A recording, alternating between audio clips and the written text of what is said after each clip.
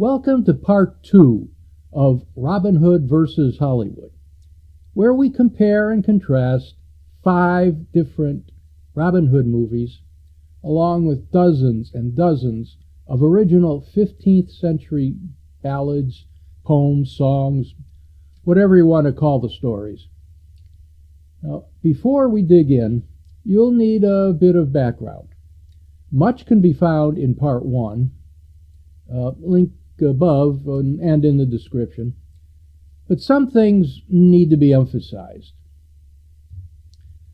For well over 100 years, Hollywood has been lying to us. Outside of a handful of names and 2 or 3 events, the movies have very little to do with the original legends. Now, there were 4 eras, I guess you could say, of tales. Oral traditions of the 14th century, the written ballads based on them in the 15th century, revisions and additions to them in the 16th, and more modifications and even total rewrites in the 17th, 18th, and 19th, which then spawned the movies of the 20th. Neither the legends nor the films follow any particular chronology, so it's cumbersome at best to try and compare them. But I'll do what I can. Let's dive in. First, let's take a second to set up our workplace. In your lower left, you'll be watching Prince of Thieves, and in the lower right, Men in Tights. I'll be peeking in from the upper right, and the large blank space will be for the other films and any images or other information I want to present. And for simplicity, I'll refer to the 5 films as Fairbanks, Flynn, Disney, Thieves, and Tights. Okay? Okay. Now, roll 'em! Let's summarize our 5 movie examples so far. Fairbanks has King Richard and his knights, including someone purporting to be Guy of Gisborne, and someone calling himself the Earl of Huntingdon, setting off on the Third Crusade. Prince John stayed at home and is about to devastate the country. In Flynn, Richard was on his way home from the crusade when he was captured by Leopold V, the Duke of Austria, one of his many enemies, and held for ransom. Prince John and a different Guy of Gisborne are plotting and ransacking the country. Disney more or less follows the same Richard and Crusaders leaving for the Holy Land, with Huntingdon and the Sheriff of Nottingham. John stays behind, as always, with orders to appoint a new sheriff. No prizes for guessing how that's going to turn out. And there is no Gisborne. Thieves and Tights both begin long after Richard has left, but before he's ransomed and returns home. And neither mentions the Austrian imprisonment. And we haven't mentioned the original stories yet, since they're not really connected to any of this. Let's see how the Musketeers are doing. John does indeed appoint a new sheriff, and they start plotting, of course. The sheriff says he can have an army of archers ready in 2 weeks, and he will show John what they can do at your medieval fun and games, which John calls the Nottingham Fair. We'll make him an offer he can't refuse. I was just going to say that. A version of the archery contest does, in fact, exist in the ballads, but in the third group, since it mentions King Edward, who is a late addition.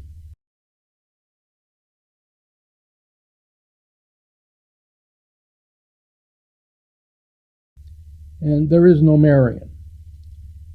In Robin Hood and the Golden Arrow, the sheriff holds the contest to draw Robin out from hiding, same as in Flynn and Tights. Disney has the sheriff holding the contest to show off to the prince and to recruit more archers to his service. Fairbanks and Thieves do not have a contest.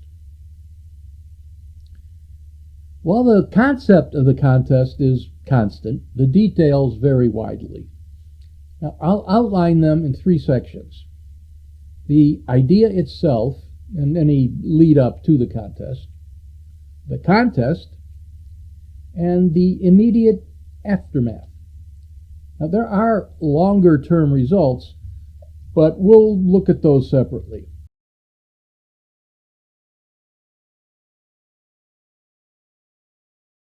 The sheriff goes to London and complains to the king that Robin is making a fool of him. The king replies, "What do I pay you for? You're the sheriff. Go enforce the laws. Quit bothering me." Paraphrased, of course.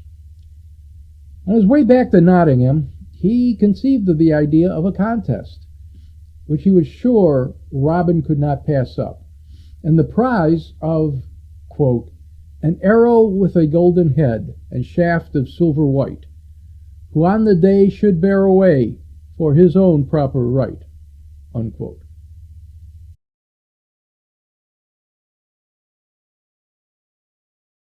After a day of quarterfinals, semifinals, and finals, Robin, to no one's surprise, heavily disguised and totally unrecognized, walks away with the prize. But he's disappointed that he fooled the sheriff too well and couldn't go,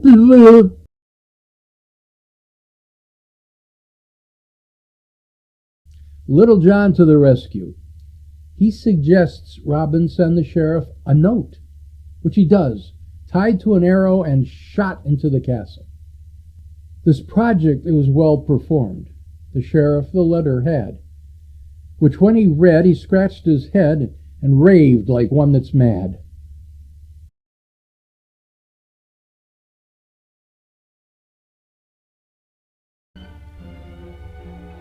Sir Guy, the sheriff, and their men are escorting Maid Marian through the forest for no obvious reason.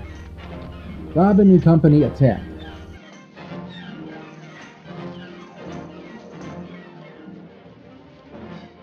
Guy and his underlings are stripped of their finery and given rags to wear. When you've done with them, give them to Prince John. Oh, yeah. In the Flynn version, Gisborne is Prince John's right-hand man, and the sheriff is Guy's henchman. Every retelling handles these two differently. There is a ballad about Gisborne, but it messes up everything we're seeing here. I'll tell you about it later. A major party ensues.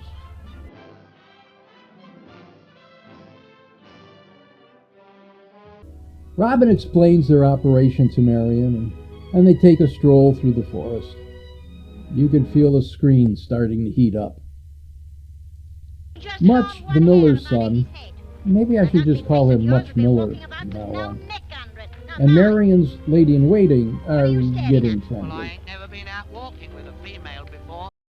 Sir Guy and the sheriff return to Nottingham and report to Prince John, who is not pleased.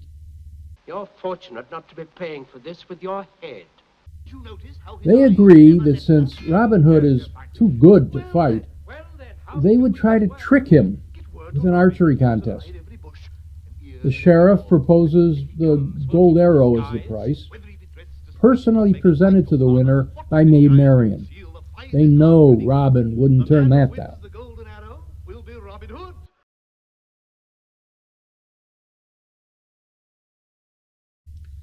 The actual contest is much the same as all the other versions, a number of elimination rounds, culminating in a head-to-head between a disguised Robin and Sir Guy's Guy, complete with splitting the arrow.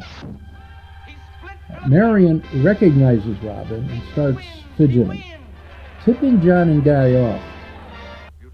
As Marian presents the golden arrow, Robin makes some of his usual smart aleck remarks and Guy orders his arrest. And all hell breaks loose.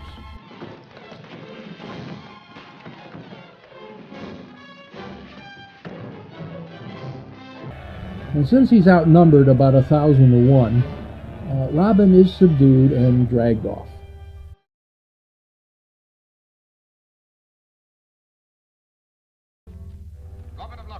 Robin is brought before a tribunal, tried, convicted, and sentenced to be hung, continuing his sarcasm the whole time.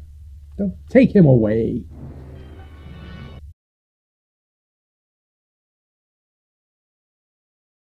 Evening, Don The sheriff has a meeting with a mafia don who suggests the archery contest. Knowing Robin won't be able to very good of you to down, come at such short notice. they'll make him an offer he can't All the way refuse. from Jersey. Well, but what did you It is expect? quite a drive. Yes, but you do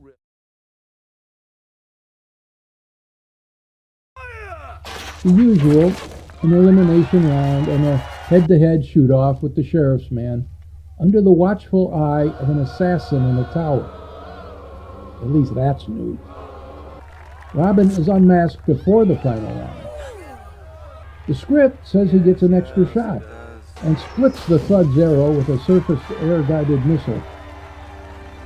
The sheriff orders Robin arrested. To save Robin's life, Marion agrees to marry Mervyn, the sheriff of Nottingham, or Rottingham. A series of nonsensical Brooksian shenanigans follow, and all hell breaks loose as the villagers run the melee.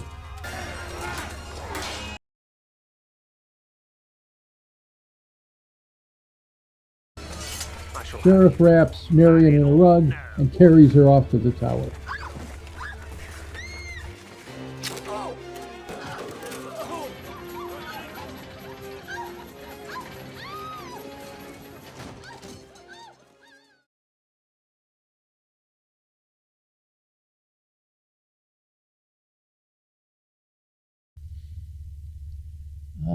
Disney is an outlier here.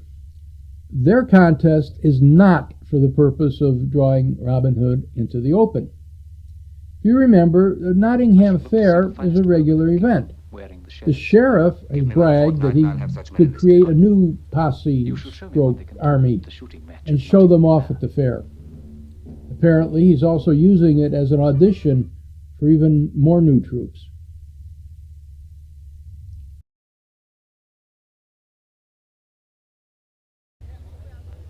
The usual, but with the addition of Robin's father as a contestant. Dad wins, but he's the one who split Robin's arrow. Now, he says Robin actually hit the spot first, so he should be declared the winner. Robin presents the prize arrow to Marion. John's not happy, and the sheriff is ticked off. The sheriff tries to bribe the other archers with a barrel of ale. Dad speaks his mind. He and Robin set off for home. And mine too.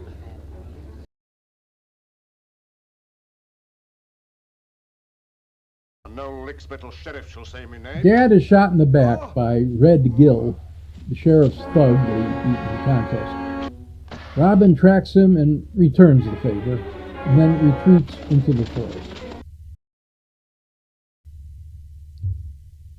As I said, some of these have long-term aftermath, which generally leads to other stories. So I'll wait until those come around to explain. In the meantime, let's see how our friend Mr. Fairbanks is faring. The English Crusaders have just left for the Holy Land. John peruses the empty castle and again drools over Marion. The squire notices.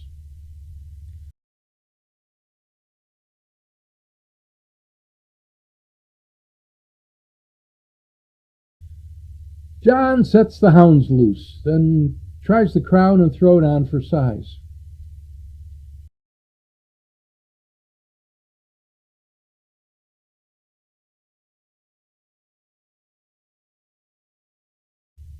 A montage of John's brutality and the introduction of the Sheriff of Nottingham.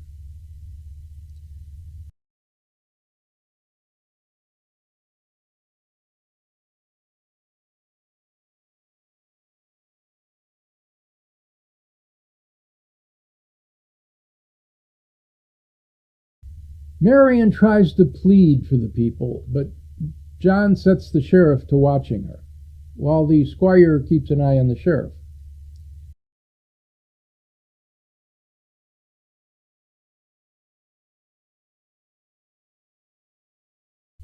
Marion writes a message and gives it to the squire to take to Huntington, and gives him a bird, and gets all gooey over the shadow drawing she made earlier.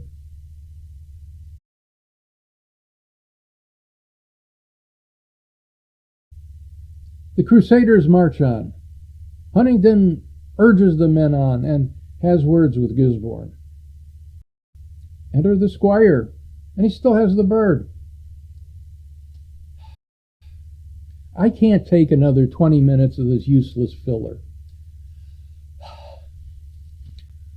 Huntington reads Marion's message and vows to return to England. He asks Richard for release, but is refused, so he decides to go anyway. His plans are foiled by Gisborne, and he and the squire are locked in cells in a tower. John tortures Marion's lady-in-waiting to find out what's going on. She cracks. She makes it back to Marion and tells her John is going to kill her, so she'd better run away. The sheriff sees the ladies hightailing it. The posse saddles up and gives chase. The lady-in-waiting cons the posse into thinking Marion fell over a cliff, looking very much like the one Aragon fell over. But she's really hiding behind a tree. Back in France, the squire bends back the bars in his cell's door, throttles the warder, and forces him to open the door. He frees Huntington, and they fade out. And it's about time. We are almost at the point where all 5 Robin Hoods are approaching the same starting line. But there are a few bits and pieces that need to be cleaned up first. The simplest of the long-term aftermaths is in the Disney film, although it leads to 2 different tales. First is a minstrel, assumed to be Alan a Dale because that's what we've all been taught, filling in some of the detail. I've tidings to tell. There is a ballad called Robin Hood and Alan a Dale, but it makes no mention of Alan being a minstrel. One of the sheriff's men comes out and proclaims Robin to be an outlaw with a 40-mark price on his head. Now, there is, however, a ballad called Robin Hood's Progress to Nottingham, where a 15-year-old Robin comes along the road to Nottingham, intending to enter a shooting match, and runs to a band of foresters. They've been drinking.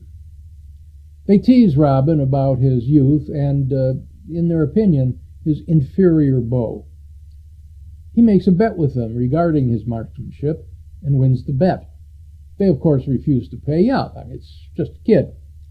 Robin raises his bow and kills them all, and runs into the forest, becoming the outlaw of song and legend.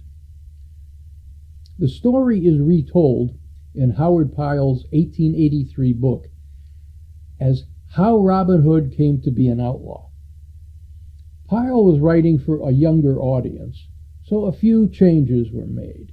Robin is now 18 years old, and he only kills the one forester who cheated him out of the bet. But he has also poached a king's deer, so a 200-pound reward was offered. The long-term aftermath in tights is actually integral to a couple of later comparisons, so I'll hold on for a while. Flynn's aftermath is a major part of the movie. Robin languishes in the dungeon, and Marion frets. She comes to her servant for help. How to find Robin's men. Bess, for such is her name, admits to sneaking out to see Much Miller occasionally, giving the name and location of the tavern where they meet, along with an identifying password. Hint, it's not her mother's maiden name. The doorkeeper lets Marion inside the door, but needs to get clearance from John and Will to go any further. Tuck gets a vow from her that she wants to help, and they took vows pretty seriously in those days. she suggests Can a you get us into plan. the castle? That would do no good. Hold on. Here we go. Listen to me.